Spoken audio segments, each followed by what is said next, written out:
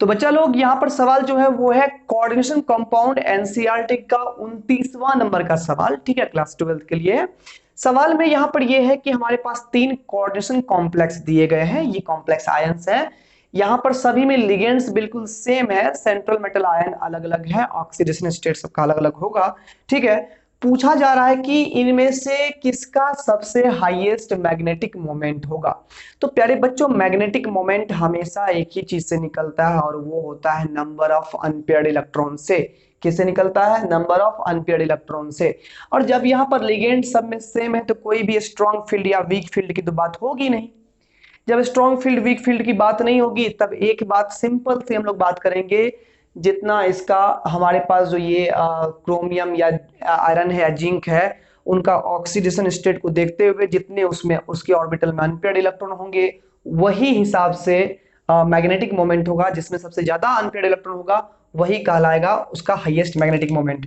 तो अनपेयर्ड देखो यहाँ अगर n है हमारा, अगर number of unpaired electron, n अगर हमारा नंबर ऑफ अनपेयर्ड इलेक्ट्रॉन है तो मैग्नेटिक मोमेंट जो होगा ये क्या होता है, root under n into n plus two Bohr magneton होता है, ठीक है।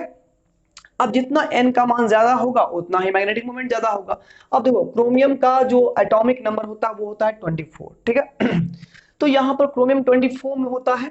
तो क्रोमियम का इलेक्ट्रॉनिक कन्फिग्रेशन होता है लास्ट कन्फिग्रेशन 4s1 3d5, है ना। 4s2 3d4 होता है बट 4s1 3d5 हो जाता है, आप लोग जानते ही हो। आर्गन के अलावा ये कन्फिग्रेशन है। तो उसमें क्या है, यहाँ पर क्रोमियम का ऑक्सीडेशन स्टेट +3 है।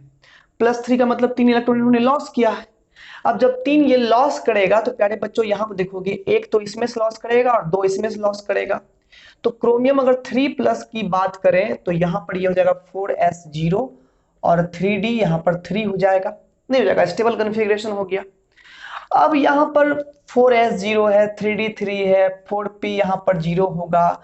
तो यहाँ पर क्या होगा, d में 2 वैकेंट ऑर्बिटल है, s में 1 वैकेंट ऑर्बिटल है, p में 3 वैकेंट ऑर्बिटल है। तो 2 1 3 3 6 ऑर्बिटल में 6h2 अपना लोन पेयर दे देगा। लोन पेयर तो वो पेयर में ही जा रहा है ना, तो वो अनपेयर की गिनती में नहीं आएगा। गिनती में यहाँ पर देखो यहीं पर केवल अनपेयर इलेक्ट्रॉन है।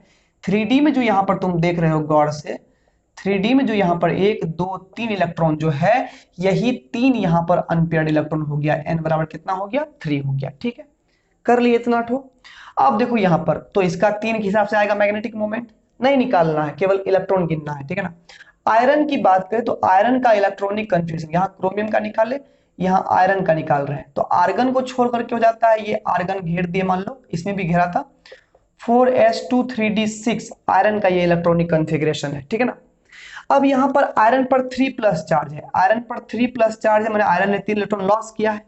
3 में तो 2 यहां से कर देगा और 1 यहां से कर देगा, स्टेबल हो जाएगा। 3d5 स्टेबल केस हो गया।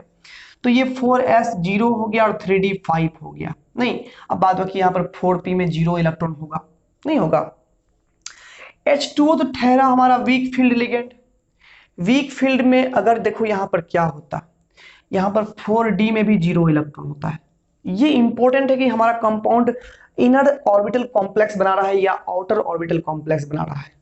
तो यहाँ पर H2O एक वीक फील्ड लिगेंड है, इसलिए कंपाउंड आउटर ऑर्बिटल कॉम्प्लेक्स बनेगा, यानी कि इनर 3d5 का इलेक्ट्रॉन पेयरिंग नहीं होगा।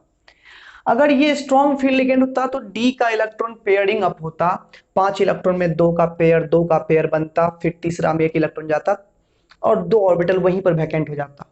तो हमारे पास जो ये पांचों अनपेयर्ड अभी है, ये पांचों की पांचों डी जो हमारे पास अनपेयर्ड है कुछ इस ढंग से, अगर ये स्ट्रॉन्ग फील्ड लिगेंड होता तो ये दोनों पेयरिंग कर लेता, ये दोनों पेयरिंग कर लेता, बच जाता मात्र एक अनपेयर्ड इलेक्ट्रॉन। बाकी तो लिगेंड जो दे रहा है इलेक्ट्रॉन वो तो पेयर में ही दे रहा है। एक अनपेयर्ड इलेक्ट्रॉन बचता तो उसका मैग्नेटिक मोमेंट खत्म हो जाता, गिर जाता नहीं।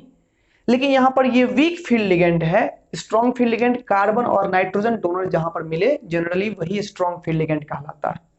तो यहां पर ये वीक फील्ड लिगेंड है, इसीलिए यहां पर इलेक्ट्रॉन पेयरिंग अप नहीं होगा। यहां पर नंबर ऑफ अनपेयर्ड इलेक्ट्रॉन 5 का 5 रह जाएगा। देखो कॉन्सेप्ट समझ रहे हो ना। अगर ये स्ट्रॉन्ग फील्ड होता तो ये पेयरिंग कर लेता, तब जाकर के इनर ऑर्बिटल कॉम्प्लेक्स बनता है, ये 4d का यूज नहीं होता और उस केस में अनपेयर्ड इलेक्ट्रॉन घट जाता है, एक हो जाता है। और यहां पर बात करें तो जिंक का इलेक्ट्रॉनिक कॉन्फ़िगरेशन होता है 4s2 3d10। जिंक यहां पर 2 इलेक्ट्रॉन लॉस किया है तो ये 3d10 बचेगा, 4s0 हो जाएगा, नहीं 3d10 अब 4s में कितना हो गया 0, पहले ही लिखो कोई दिक्कत नहीं था। अब 4p में भी यहाँ कितना होगा, 4p में यहाँ 0 इलेक्ट्रॉन है, 4d में भी 0 इलेक्ट्रॉन है, यानी कि सारा d चूंकि यहाँ फुलफिल्ड है, d फुलफिल्ड है मतलब सारा का सारा H2O लोन पेयर गिरेगा, इन सब में गिरेगा, sp3d2 हाइब्रिडेशन बनेगा। सब ये ऑक्टाहेड्रल कॉम्प्लेक्स ही है, लेकिन इसमें इसका जो इनर डी वाला ऑर्बिटल्स है वो भी पूरी तरह से भरा हुआ है, डी का 10 इलेक्ट्रॉन है, 10 मतलब हो गया पूरा भर गया, यानी कोई भी यहाँ पर अनपेयर्ड इलेक्ट्रॉन नहीं है, n बराबर कितना हो गया 0 हो गया। तो सबसे यहाँ पर हाईएस्ट मैग्नेटिक मोमेंट की बात करें तो ये इस कंपाउंड में होगा, क्योंकि यहाँ पर जो है सबसे ज्यादा संख्या में अनपेयर्ड इलेक्ट्रॉन है, और सबसे लोएस्ट अगर बात करता है मैग्नेटिक मोमेंट की तो इसका 0 मैग्नेटिक मोमेंट है, सबसे लोएस्ट इसी का है। समझ में आ गया ना, वैलेंस बॉन्ड थ्योरी का कॉन्सेप्ट है, ठीक है।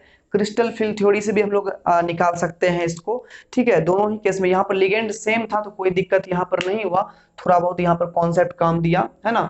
तो स्ट्रॉन्ग फील्ड वीक फील्ड का कॉन्सेप्ट आपको ध्यान में रखना है, अपने आप समझ में आ जाएगा कि किसमें कितना अनपेयर्ड इलेक्ट्रॉन बचने वाला है, और उस हिसाब से आप लोग आराम से पता लगा सकते हैं कि किसका मैग्नेटिक मोमेंट कितना होगा, ज्यादा होगा कि कम होगा, और वैल्यू भी आप निकाल सकते हैं मैग्नेटिक मोमेंट का इस वाले फॉर्मूला से। समझ में आया वीडियो तो लाइक करना, यस और नो कमेंट जरूर करना समझ में आया कि नहीं आया, और चैनल पर नए हो सब्सक्राइब करना, ऐसे ही वीडियोस के लिए आपको मिलते रहेंगे, ठीक है। प्लेलिस्ट जरूर वॉच करते रहना, थ्योरी प्लस न्यूमेरिकल दोनों की वीडियोस पड़े हुए हैं, ठीक है। मिलते हैं अगले क्लास में।